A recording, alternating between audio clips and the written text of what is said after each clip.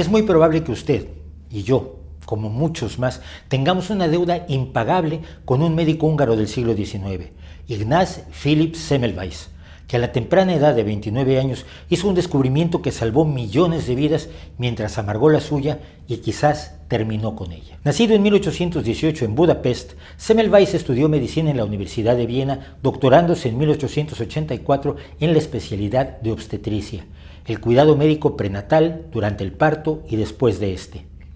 2 años después, entró como asistente en la primera clínica obstétrica del Hospital General de Viena. Lo que encontró allí le horrorizó. En aquel tiempo la mayoría de las mujeres daban a luz en sus casas con una alta tasa de mortalidad. La mitad de los fallecimientos se debían a la llamada fiebre puerperal, lo que hoy sabemos que es producto de una infección que a su vez provoca una inflamación generalizada llamada sepsis. Lo más terrible era que las mujeres que daban a luz en los hospitales y los niños que allí nacían tenían una mucho mayor incidencia de fiebre puerperal que las que daban a luz en sus casas. La enfermedad se atribuía al hacinamiento en los hospitales, a la mala ventilación e incluso al comienzo de la lactancia. Aunque el británico Oliver Wendell Holmes ya había notado que la enfermedad era transmisible y un probable vehículo eran los médicos y comadronas, no había comprobaciones experimentales. Semmelweis observó que en su clínica la mortalidad era del 13,1% de las mujeres y recién nacidos, una cifra aterradora, y en los hospitales europeos en general la cifra llegaba al 25 y al 30%, mientras que en la segunda clínica obstétrica del mismo hospital la mortalidad solo era del 2,03%. Analizando ambas clínicas, el genio húngaro observó que la única diferencia era que su clínica se dedicaba a la preparación de estudiantes de medicina y la otra se dedicaba a preparar comadronas. Y los alumnos de medicina, como en la actualidad, realizaban disecciones con cadáveres como parte fundamental de su formación, cosa que no hacían las comadronas. En 1847, Jakob Koleczka, profesor de medicina forense y amigo de Semmelweis, se cortó un dedo accidentalmente con el escalpelo durante una autopsia. El estudio del cuerpo de Koleczka reveló síntomas idénticos a los de las mujeres que morían de fiebre puerperal. Semmelweis concluyó que debía haber algo, una sustancia, un agente desconocido presente en los cadáveres y que era llevado por los estudiantes de la sala de disecciones a la de maternidad donde causaba la fiebre puerperal. Era la hipótesis del envenenamiento cadavérico. En mayo de 1847, Semmelweis propuso que los médicos y los estudiantes se lavaran las manos con una solución de hipoclorito y cloruro de calcio entre las disecciones y la atención a las parturientas. Los estudiantes y el personal de la clínica protestaron.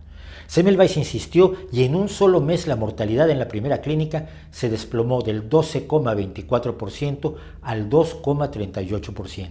Para 1848 la mortalidad de las parturientas en ambas clínicas era igual, del 1,3%, y en los años siguientes se mantuvieron con mínimas diferencias. Era una demostración contundente de que la hipótesis era sólida y su colega Ferdinand von Hebra escribió pronto 2 artículos que explicaban las causas de la fiebre puerperal y la profilaxis propuesta para disminuir su incidencia. Y para Semmelweis representó la terrible convicción de que él, con sus manos sucias, había llevado la muerte a muchas pacientes a las que solo deseaba servir. Esta idea lo perseguiría hasta la muerte y animaría su lucha por la profilaxis. Los médicos que vieron los datos contundentes de Semmelweis procedieron a rechazarlos. La medicina precientífica de entonces sostenía la creencia de que la enfermedad era un desequilibrio de los 4 supuestos humores del cuerpo humano: sangre, flema, bilis negra y bilis amarilla. Esta creencia de milenios no tenía ni una sola evidencia científica en su favor, pero se aceptaba sin titubeos, y ante los hechos, los colegas del Magyar se aferraron a sus prejuicios, rechazando que una enfermedad pudiera transmitirse por las manos humanas y no por los malos aires, los miasmas u otros orígenes misteriosos. De hecho, la medicina precientífica de la época, como muchas formas de pseudomedicinas de la actualidad, afirmaba que no había causas comunes y enfermedades iguales, sino que cada enfermedad era única, producto de un desequilibrio integral del organismo. De hecho, pese a los datos, los médicos de la época solían afirmar que la fiebre puerperal no era una sola enfermedad, sino varias distintas, una por paciente. El éxito del húngaro y su participación en los disturbios por los derechos civiles de 1848 le llevaron a un violento enfrentamiento con Johann Klein, el director de la clínica, que saboteó sus posibles avances. Semmelweis optó por volver a Hungría, donde pasó por diversos puestos. Estando al frente del pabellón de maternidad del Hospital Sant Rochus, Semmelweis combatió con éxito una epidemia de fiebre puerperal en 1851. Mientras en Praga y Viena morían entre 10 y 15% de las parturientas, en Sant Rochus los fallecimientos cayeron al 0,85%. Con pruebas suficientes, en 1861 publicó al fin su libro sobre la etiología de la fiebre puerperal y su profilaxis. Nuevamente, sus datos y pruebas fueron rechazados. Enfrentado a sus colegas, convencido de que era fácil salvar muchas vidas, Semmelweis empezó a dar muestras de trastornos mentales y en 1865 fue finalmente internado en un asilo para lunáticos, tan precientífico y falto de esperanza como el pabellón de maternidad al que había llegado en 1846. Si su enfermedad era grave o fue internado por presiones de quienes rechazaban sus pruebas y datos, es todavía asunto de debate.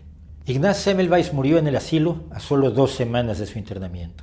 Según la historia más conocida, sufrió una paradójica fiebre puerperal o septicemia por un corte en un dedo. Otros estudiosos indican que murió después de ser violentamente golpeado por los guardias del manicomio, procedimiento por entonces común y tradicional para tranquilizar a los locos.